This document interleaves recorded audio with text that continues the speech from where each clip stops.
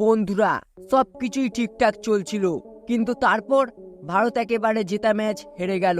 আর দোষারোপের আঙুল উঠছে এই ক্রিকেটারের দিকে। হ্যাঁ বন্ধুরা, তিনি আর কেউ নন, তিনি হলেন শার্দুল ঠাকুর। বল হাতে পারফরমেন্স নেই, ব্যাট হাতেও যেন অদৃশ্য। এত কিছুর পর কি তাকে সরানোর সিদ্ধান্ত নিচ্ছে টিম ম্যানেজমেন্ট? আর যদি সরানোই হয়, তবে কাকে দেখা যেতে পারে তার জায়গায়?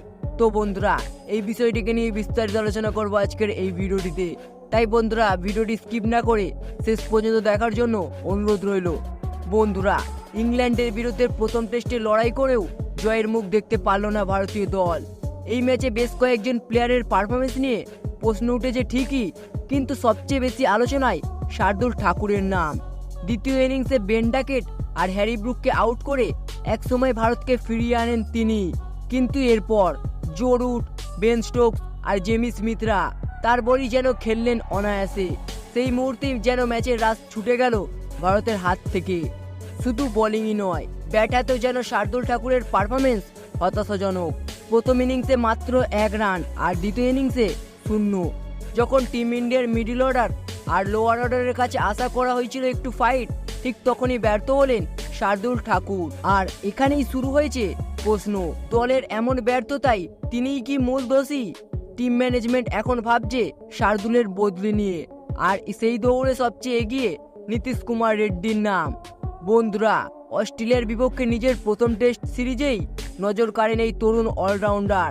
9টি ইনিংসে 37.25 গড়ে 298 রান করেন তিনি, যার মধ্যে একটি সেঞ্চুরিও ছিল, তাও আবার 7 বা 8 নম্বরে ব্যাট করে। তার বোলিংও যথেষ্ট কার্যকর, সিরিজে নিয়েছেন 5টি উইকেট। মেলবোর্নে যখন ভারত ফলোয়ানের মুখে, তখন সুন্দরের সঙ্গে জুটি করে শুধু চাপ সামলাননি, ম্যাচেও ফারাক গড়ে দিয়েছিলেন তিনি। তো বন্ধুরা, টিম ইন্ডিয়া কি একটা বড় সিদ্ধান্তের দিকে এগোচ্ছে? শার্দুল ঠাকুর কি সময়ের আগেই নিজের সুযোগ নষ্ট করে ফেলেছেন? নীতিশ কুমার রেড্ডির মতো ফর্মে থাকা আত্মবিশ্বাসী অলরাউন্ডার কি হতে চলেছেন পরবর্তী ম্যাচের মূল চাবিকাঠি? সব মিলিয়ে একটা জিনিস স্পষ্ট, আরও একটা হার মানেই সিরিজ খোয়ানোর মুখে পড়বে ভারতীয় দল। তাই একাদশে বড় রদবদলের সিদ্ধান্ত এখন সময়ের দাবি। বন্ধুরা, আপনাদের মতে কি করা উচিত? শার্দুল ঠাকুরের জায়গায় সুযোগ দেওয়া উচিত নীতিশ কুমার রেড্ডিকে, নাকি আরও একটা সুযোগ পাওয়া উচিত শার্দুল ঠাকুরের? তো বন্ধুরা, এই বিষয়টিকে নিয়ে আপনার কি মনে হয় তা অবশ্যই কমেন্ট বক্সে লিখে জানান আপনার মতামতটি।